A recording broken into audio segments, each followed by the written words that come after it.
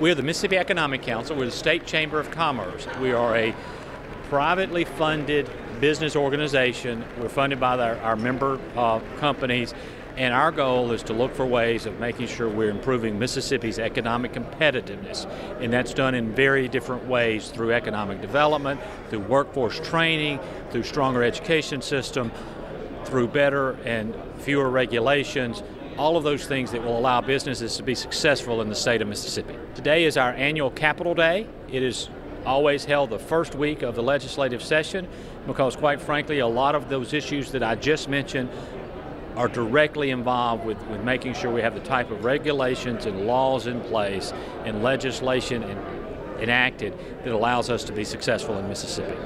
It's important for business leaders to get involved with MEC because we are the state chamber. We are the voice of business. And of course, you know, there's power in numbers, so that's the importance of being part of MEC. And the importance of being here today is to show our elected officials that we're all speaking with one voice. We want our bridges, our roads repaired, we want to be competitive with our neighboring states, and we want to improve the life of our citizens in Mississippi. So we're excited to be part of all of that. Capital Day. This is our 18th Capital Day. And we started off back the first year with the idea of having a lunchtime event with the morning sessions. And everybody said, no one will come. And this model has been very effective, and it's been a lot of fun. And it's a lot of fun to have you all get on buses and go to our wonderful state capitals. Our first keynote speaker at Capital Day 19 years ago. I'd never met our speaker. Called him on the telephone, was impressed at what I was reading about his work to develop an e-commerce system so that we could renew our driver's licenses online, and it seemed like such an innovative thing back then. Today we think of it as normal. But it was really outside the box thinking back then. And he wanted Mississippi to be at the forefront. And so he then had the job of state auditor. And I invited him to come speak, and a lot of people said, what are you doing having the state auditor come speak as your keynote? I said, well, he's going to talk about e-commerce. He's going to talk about putting Mississippi in the place of greatest opportunity. Well, since then, Phil Bryant, now Governor Bryant, has been doing just that. Has been doing everything he can to put Mississippi in the place of greatest opportunity. And of course, that hard work has paid off in recent years with the landing of the Yokohama plant up in the Golden Triangle area, with the landing of the Continental Tire plant that's coming here to the Hinds County area, top ship down on the coast. How many of you saw the 60 Minutes story on economic development in Mississippi in the Golden Triangle area? You know, Joe Max Higgins is a force of nature and a remarkable economic developer. But, you know, there was a lot of other work coming behind him from our governor. And if you notice, the governor was seen driving around with the Yokohama executives, because that's what it takes.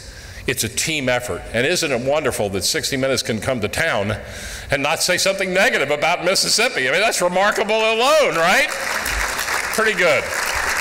But a lot of that is due to the fact that this governor has set his sights on having not only a positive attitude, but a realistic attitude, that it takes hard work to get things done. We were kidding around right before we went on Super Talk this morning, and he said, yeah, you know, I'm just the governor now, lame duck. All I do is roll around, hunt and fish and all that. And he said that with a wink.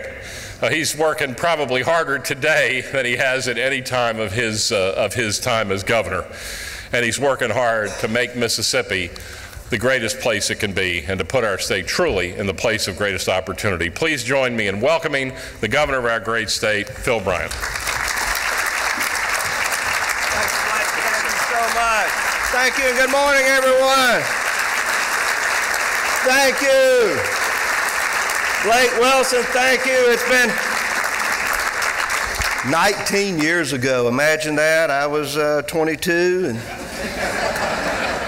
now, yeah, I'm sure when people said, I can appreciate that you're going to invite who? The auditor. We don't really want to hear about audit. in the opening meeting of the Mississippi Economic Council. But let me tell you, Blake Wilson, and Robin, you know this, Madam Chairman, thank you for your wonderful remarks this morning. Blake Wilson has done a remarkable job. MEC has existed. Please give him a hand. MEC has existed for many years now in Mississippi, but Blake Wilson took it to a new level. Now, he had plenty of help. You don't do anything great by yourself. He'll be the first one to tell you that. But of even the times that he has had difficulties in his life, as we all do, Blake Wilson continues to work as hard as anyone in the state of Mississippi. And the great thing I like being around him about is he has new ideas, and I don't mind stealing them. But he came up this morning, we were talking about transportation, and I said, you know, I've talked to President Trump, you know, we have a new president. We have a new president-elect. I can't wait to get to Washington on the 20th. That's all I'm going to say about that right now. I don't intend to go there and work. I will tell you that. And I've told the president-elect that. Love him, love going to Washington, but I love Mississippi more. I have a job to do here. I took an oath of office to finish this job, and we intend to finish strong. Just this morning, I was sitting there in the chair on the Paul Gallo show talking about the great things in Mississippi, the positive things in Mississippi that you might not get to hear all the time, but I didn't get a chance to come and speak to you. So thank you for letting me do that. This is 20th year? 19. Well, maybe we'll make it 20. But as I was sitting there, Glenn McCullough and his team rushed up and they said, we've got something we want to give you. I noticed there are 4 or 5 people. Now, when 4 or 5 people come rushing to me with something in their hand, it's either bad news or really good news. This is really good news. Business Facility 2016 Economic Development of the Year. The Business Facilities magazine looks at all of them across the nation. They looked at Tennessee and they said, well, Tennessee's got the General Motors plants expanding there, so we're going to give them a silver award. Bless their heart.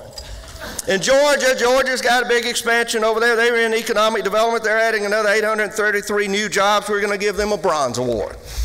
But the gold award for the best economic development deal in the state of all states for 2016 is Continental Tire right here in Hinds County, Mississippi.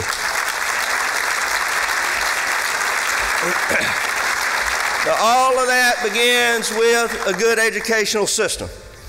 I'm proud to say that we are making progress in Mississippi. I would think innovative changes that have occurred over the last 5 to 6 years have made all the difference. The Education Commission for the States has selected Mississippi as the most innovative state in the nation in 2016. We are the most innovative state in the nation for public education. Now, in what planet, in what world would you ever have thought that would have taken place? I knew it was going to happen one day because I see firsthand the innovation. I see the fact that now 90% of the students that are taking the 3rd grade reading exam are passing it. 90%. That's a remarkable number. We came into office, we started talking about the literacy program and teaching coaches and how we had this idea that you just shouldn't be socially promoted to the 4th grade unless you could read on the 3rd grade level. I know that's cutting edge stuff, but we thought it would work. Now 5 years later, you see those children are going into middle school and soon will be into high school, but they can read. They know that they just didn't make it because someone said just pass them on, put them on that assembly line and just let them get there. They know they can accomplish something. You see, they led the nation in reading and math. Our 3rd and 4th graders, our 4th graders led the nation in advances in reading and math. Remarkable. Now in Mississippi, more than 80% of the students that start high school finish high school. Now some people say, well, I'm not sure you want to brag about the fact that only 82% are graduating. Oh yeah, when 67% was the number, we didn't want to brag about that. But when you get 82%, we're going to get better. I happen to be chairman of an organization called Jobs for American Graduates. This is my 3rd year as chairman. We are successful over 94% of the time when we intervene with at-risk children. And we're intervening every day in Mississippi. I happen to believe that's one of the reasons we see the success in the graduation rate. But I know also what a remarkable job MEC has done. I tried this morning just to jot down a quick list of things. We've had over 50 tax cuts in the state. Now I know actually there are people out there that think tax cuts are a bad thing. Well, we need to talk about Nissan and Toyota and Yokohama and Continental. Without the incentives and the tax incentives that we have offered their companies, they would not be here. Without the support that Ingalls has received from the state of Mississippi, more than likely they would not be here at the level and at the impact that they're having, the largest private employer in the state of Mississippi. And I believe you're going to see more growth at Ingalls and more people being hired. And Brian, thank you for your help on that, and thank you for your help.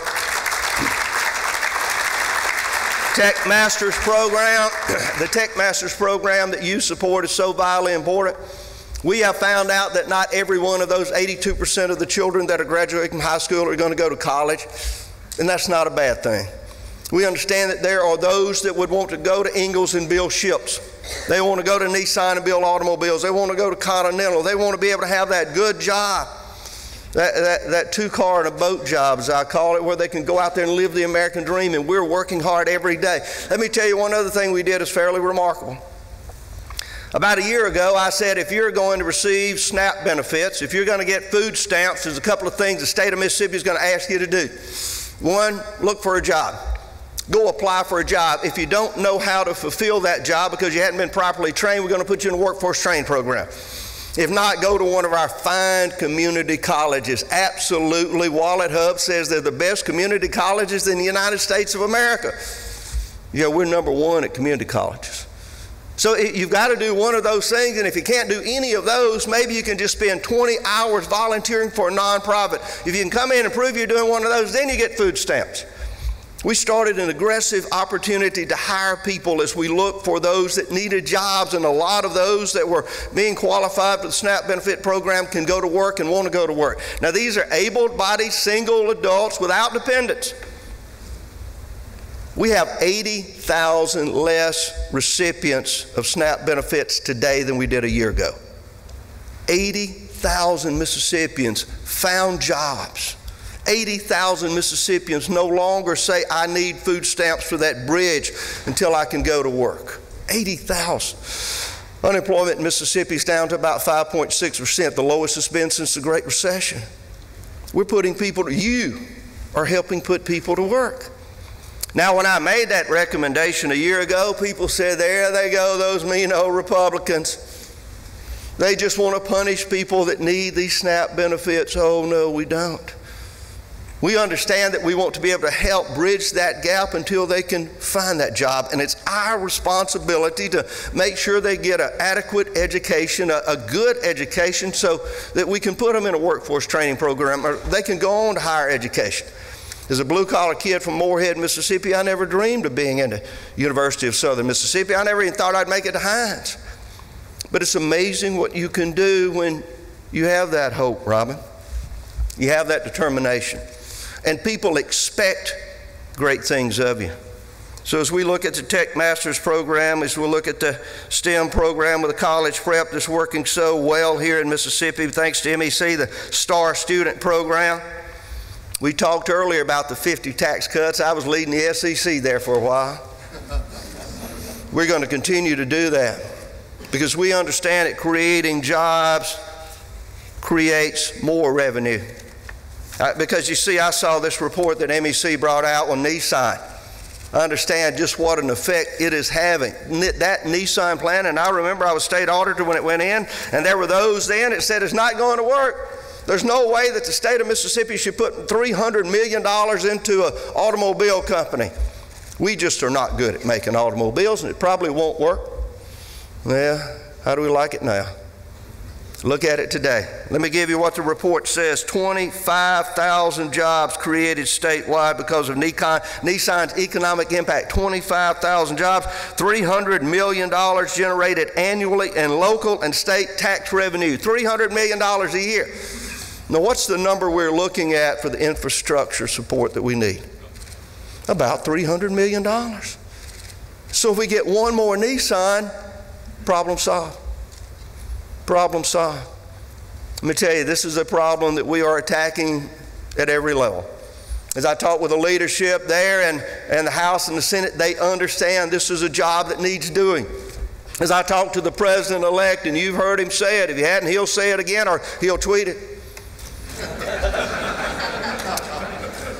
I see him. But he talked about the infrastructure in the United States, and the states need to be a part of this. I think Mississippi can lead the way. Another great idea Blake Wilson gave me this morning, how about contacting the president-elect and said, Mississippi can help you put that plan together. We can help you lead the way working with the states in a national infrastructure program that will rival any that has ever occurred in this nation before, even when Eisenhower built the interstates. That's the type of thought that you will get from a President Donald Trump, and the possibilities of him working with the governors across the nation so that we will have a plan that is in sync with one another, that we know what the federal government is doing, what a change that might be. What a great opportunity for us to work hand in hand with the U.S. Department of Transportation. Secretary Chow, I want to invite her to come to Mississippi to meet with the MEC, to talk to this team, to let them know what our ideas and concerns are and how the federal government may be able to work with us. I think you're going to see less regulation, so that as we're moving forward, perhaps we might be able to move forward with a sense of urgency and not dread and concern that every move we make, somehow the EPA or some other federal organization will come down and say, stop immediately. There may be even fines involved in this. The change is on the way, dramatic opportunities for us. I think we're helping lead the way. Glenn McCullough, and Glenn, would you just stand up for a moment? I want y'all to thank Glenn McCullough for doing a remarkable job of leading MDA. Glenn and his team work every day. I tell people I'm a salesman, I work on commission. So when Robin talks about economic development as a top priority, that's exactly what it is. I've said for the longest time it is the sun in our universe, and every other planet rotates around it. Funding economic development is so important to us because we understand that it funds education, it funds transportation, it funds health care, it funds every other need and desire and responsibility we have in state government. But without that warm, intense sun that is economic development, the rest of those planets will grow cold. So we're going to keep working with MEC. We're going to keep putting more people to work. If you look at the Mississippi Works Fund, over $50 million we'll have access to go into workforce training programs. The first grants will go to Hines Community College for the training of the workforce that is necessary for Continental Tire. Then just next week we'll be going to Lee County and opening up the new Furniture Academy. You see, the furniture industry is going like never before. It is just expanding in northeast Mississippi at a rapid pace. So much so that we need a workforce to be able to go into those plants and manufacture the furniture of the future. Not in China, but right here in Mississippi. So the work that we did together last year will show benefits immediately. I do have a sense of urgency.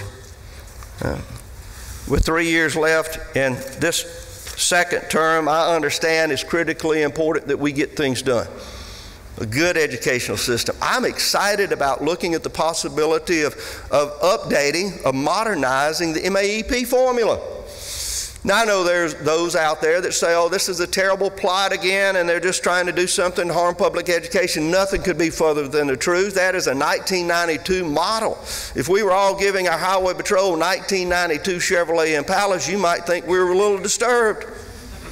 That's what we're doing in our public education system. We're using an old 1992 model. Things have changed since 1992. And so should our desire to make sure we have the most successful and effective public education system in the United States. That changes if the MAEP formula will help us do that. We want to help you with that. Last thing I will tell you, you'll hear me talk a lot about the budget. Because if we cannot be responsible with our budget, how can we ask anyone else to be? If other companies look and corporations say, we want to go to Mississippi, but they're irresponsible with their budget. So I'm going to insist and ask and lobby the legislature to not spend more than 98% of the money.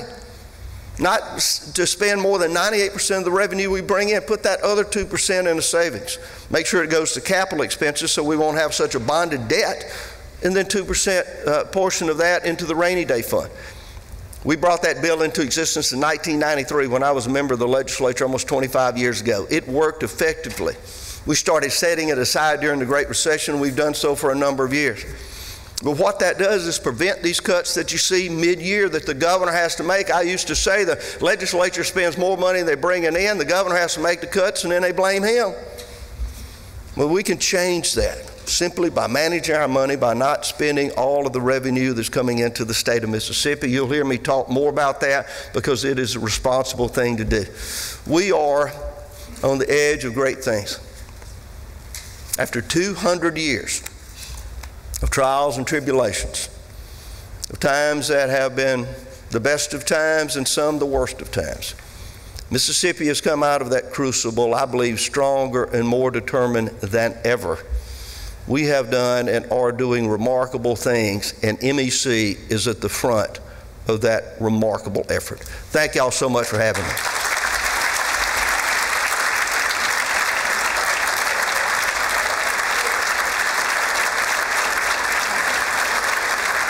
Our message is economic development. We just received news that Continental Tire was selected as the #1 economic development project in the nation. We received the Gold Award, outpacing Tennessee and Georgia. So along with a strong educational system, workforce training programs that have seen 80,000 people come off the food stamp program and go to work. So it's all about economic development and jobs here in Mississippi, and we'll be talking about that with MEC today. What do you see as the biggest issues facing the state as we move forward? A larger workforce. We've got to make sure as we bring these industries into the state of Mississippi, we have a competent workforce that will be able to fill those jobs. You heard this morning from Ingalls that we have more shipbuilding coming. Additional hiring will probably be in the future there. Now, companies are growing in the state of Mississippi, demanding a larger workforce. We're hoping to build a T-100 in Meridian, Mississippi, the new supersonic Air Force trainer. If that happens, you're going to see a big need for the STEM program, that technology, education, mathematics, engineering programs, and education that we need so desperately. Mississippi is winning in economic development. Mississippi is winning because we win with people. Governor Bryant is providing great leadership. He is America's best economic development governor. Business Facilities Magazine just today, just a few minutes ago, announced that Mississippi, Governor Phil Bryant, the Continental Tire is the business deal of the year by Business Facilities Magazine. So Mississippians are winning. We have a great workforce training plan. We have funding from the governor, from the lieutenant governor, the speaker, and Mississippi is on a roll. Tell us, what kind of a message does this send out on a national basis? Well, on a national basis, people around the country know that Mississippi not only plays, we are winning in economic development. We're winning projects, businesses are expanding in Mississippi, great businesses like Milwaukee Tool, and businesses around the world and around the country are recognizing that Mississippi is the place you need to be. Well, I talked actually a lot about the progress that we're making in public education in Mississippi, the fact that our graduation rate has increased from 70.5% to 80.8% in the last 5 years, the fact that our fourth grade students in both reading and math saw significant and marked improvement in their NAEP scores, and really want to give the credit to the teachers and the administrators and the parents, and most importantly the kids out there that are really working hard to improve the educational attainment level of our state and of themselves. My message here today is about Jackson State and its potential for the state and for the city. What type of potential does that offer? Jackson State is an education institution, as you know, and education is probably the most important way to achieve economic viability and well-being. There's no other system that can beat it in terms of moving the state forward. Education is really important. We have a lot of pro-business things going on in Mississippi. Everybody's looking forward to the year. We've got some budget concerns, but we also got great things happening in Mississippi. We're fully electronic. As you know, we conducted the election last year without any federal observers, first time in so many years. And voter ID worked, and a lot of things are working in Mississippi, and we need to remember the things that are right about our state. Tell us about the initiatives you have to help businesses grow and expand in the state. Well, we have something called Y'all Business that I put on that I drafted about 2 years ago. We've been working on about 3 years, and it outlines the economics of every county in Mississippi. not only the census data, but what the consumer data is, how people spend their money on cars and other things.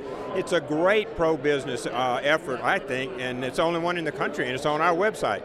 Tell us about the importance of businesses getting involved in the political process. Really important. The leaders of tomorrow come from the leaders of today. I mean, if our people don't participate in this process, and the people in the MEC don't give that kind of leadership, we end up with not having the leaders tomorrow we'll need. Our workforce is in our schools now, it's in our kindergartens now, and these people pay a lot of attention to that. And without their leadership at MEC and the people like that, we wouldn't go very far in Mississippi. Being economically competitive is the biggest issue, and we believe that there's a couple of things we have to do. Education, workforce development, and the hottest topic right now is our infrastructure, our roads and bridges. We need our roads and bridges repaired, and we've got to figure out a way how to get the dollars to make that happen. We've had independent surveys and research done, and what it looks like it's going to take is about $375 million per year to keep our roads and bridges in repair where it's safe for our citizens to go across those roads and bridges, and then our business people can move their goods across those roads and bridges. Finally, what role does MEC play in getting the business community involved in the political process? Well, and that's exactly what they do. They get them out of the offices, out of the leadership of the factories and the manufacturing facilities across the state, here at this meeting, involved in the political process, involved in education. Their tech master's program is doing a tremendous service in our state. Our jobs for Mississippi graduates continues to grow. We have an 80% graduation rate, largest ever in Mississippi. Over 80% of the students are graduating from high school. And so they help at any number of ways, making sure that Mississippi is continuing to move forward. MEC always brings a great crowd here to the Capitol on one of the first few days of the legislative session, and these are constituents of mine, people that many of whom I've known for many, many years, and it's really great to see them here in the Capitol and all in one spot. We're so fortunate to have a great State Chamber of Commerce, the Mississippi Economic Council, and with the leadership of Blake Wilson, Robin Robinson this year as chair of the Mississippi Economic Council. They help set the tone for pro-business climate in Mississippi, so important for our economy to grow. Mississippians have more and better jobs. These are all the economic leaders of Mississippi. They're a wonderful group of people. They spend untold amounts of time, talent, and treasure on educating people and working, and of course paying a lot of taxes, which makes our education system go. Oh, I'm excited. This is always one of my favorite events because it's really right at the beginning of a new year. You always feel good about it. You know, you walk into this, you walk into it the first week of the session and you're really ready to go. By the time it ends in 3 months, we'll be going, whoa, thank goodness it's over. But quite frankly, the first week of the session is always exciting and challenging, and we look forward to this session. If people have questions like more information about MEC, what should they do? MEC.ms, real simple website, MEC.ms, gets you our contact information on it. Anyone's welcome to call me, glad to talk with them, but we really do want to make sure we're trying to do everything possible to build a sense of statewide business community and really put Mississippi in a place of opportunity to be successful.